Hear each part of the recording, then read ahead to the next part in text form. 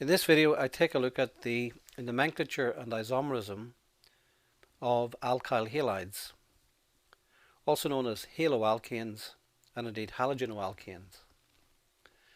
This molecule, if the fluorine was in fact a hydrogen atom, then we'd simply have the alkane ethane. So for simple alkyl halides, we replace a hydrogen on an alkane. In this instance, we've replaced it with a fluorine atom, and it's simply called fluoroethane. If I replace a hydrogen with a chlorine instead, then we have chloroethane. In the case of bromine replacing a hydrogen, we have bromoethane. And lastly then, if we replace a hydrogen in an ethane molecule with an iodine atom, then we have iodoethane. Let's take a look at position isomers. And this will happen when we have 3 carbons in the chain or more. Here we have bromopropane, propane where one of the H atoms has been substituted by a bromine atom, hence bromopropane. But there are 2 possible positions for the bromine atom.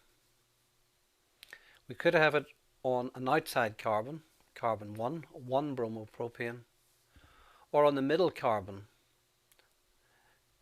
These are position isomers, and the one on the right is 2 bromopropane. So we need a number to distinguish between the position isomers. In the case of alkyl halides, that number comes at the front of the name.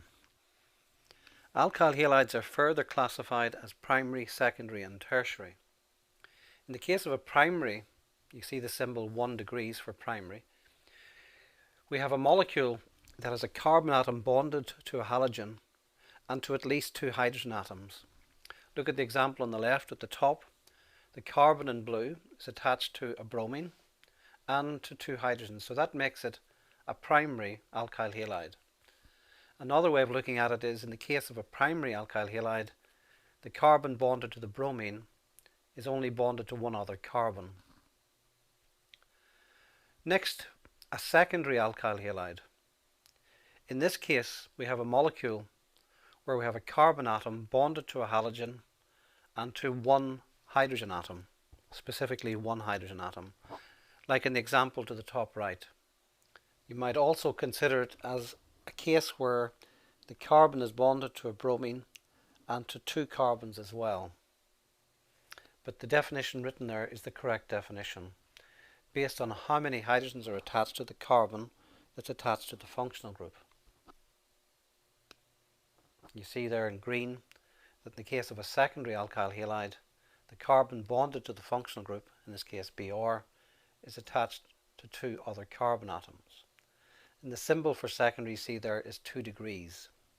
So you can think of the 2 linking up with the fact that there's 2 carbons bonded to the carbon holding the bromine. And then in the case of a tertiary alkyl halide, we have a molecule where we have a carbon bonded to a halogen and to no hydrogen atoms. And we'll see examples of tertiary alkyl halides as we move forward now to take a look at the isomers of C4H9Br. Working systematically, we start with the longest chain, and I've placed the bromine atom on carbon 1.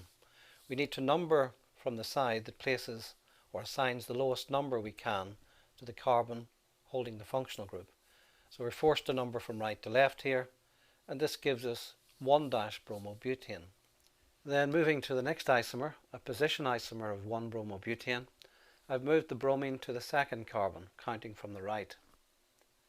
So again, one is required to number from the right to the left so that we assign the lowest number we can to the carbon holding the bromine, so 2-bromobutane. That's exhausted all of the possibilities with 4 carbons on the longest chain. So we now move down to a 3 carbon chain, and we do that, as you can see in the bottom left here, by having a methyl group as a side group attached to carbon 2. There are different ways that you can get a 3-carbon chain. Highlighted in blue there, we can take it just in one horizontal plane, or we could get a 3-carbon chain going that way, or indeed that way. And it doesn't make any difference which way we take our longest continuous chain of carbons. Let's keep it simple and just take the straightforward horizontal plane from there to there. I'm now required to number the carbons so that the bromine, the functional group, is attached to the carbon with the lowest number we could assign to it. So that means numbering in this case from right to left.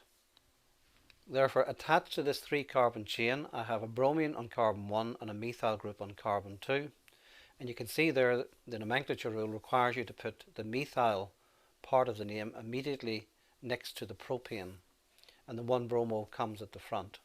So 1-bromo, 2-methyl propane. To the right here we have a position isomer of that. The bromine now is on carbon 2. So 2-bromo, 2-methyl propane. Let's see whether they're primary, secondary or tertiary. Well, at the top there we have a carbon bonded to a bromine and to 2 H atoms. So what does that make it by way of primary, secondary, tertiary? This fulfills what we said about a primary alkyl halide. The one to the top right, that carbon number 2 highlighted in blue, it's got just one hydrogen bonded to it as well as the bromine functional group. That makes it secondary. On the bottom left, here's the carbon that's attached to the bromine, and you'll see that here too it's bonded to 2 hydrogen atoms, and that makes it a primary alkyl halide. Primary, secondary, tertiary is significant when it comes to how reactive these alkyl halides are. In general, secondary are more reactive than primary and tertiary are more reactive than secondary. And in the bottom right, here we have it at last, a tertiary alkyl halide.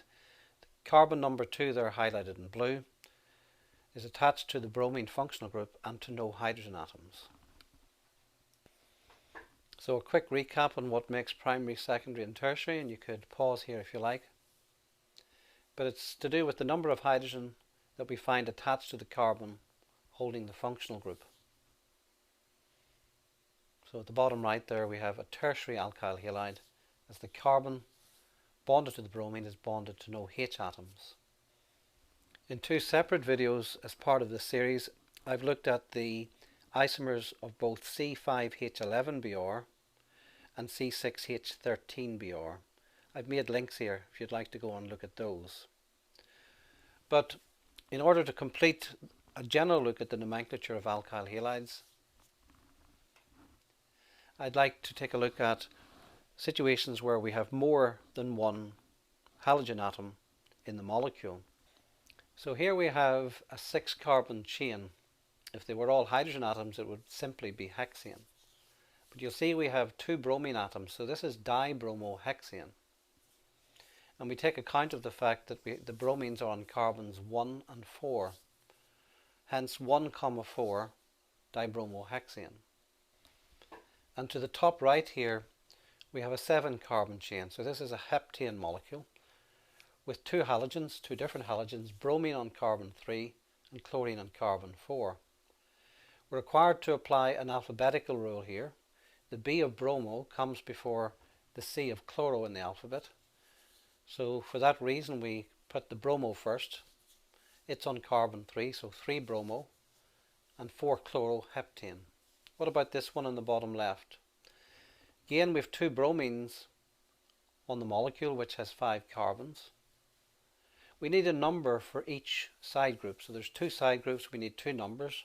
They're both on carbon 3, so 3, 3 dibromopentane. Di there of course means 2, dibromo, 2 bromines. What about this one? How many carbons in the chain? Total of 7, so it's a heptane structure. We have a chlorine on carbon 5 and an iodine on carbon 2. Which comes first alphabetically, chloro or iodo? Chloro, of course. So that will appear first in the name. 5-chloro-2-iodo-heptane. So that completes this video. Do consider looking at the other 2 related videos on the isomers of C5 and C6 alkyl halides. Thanks for listening.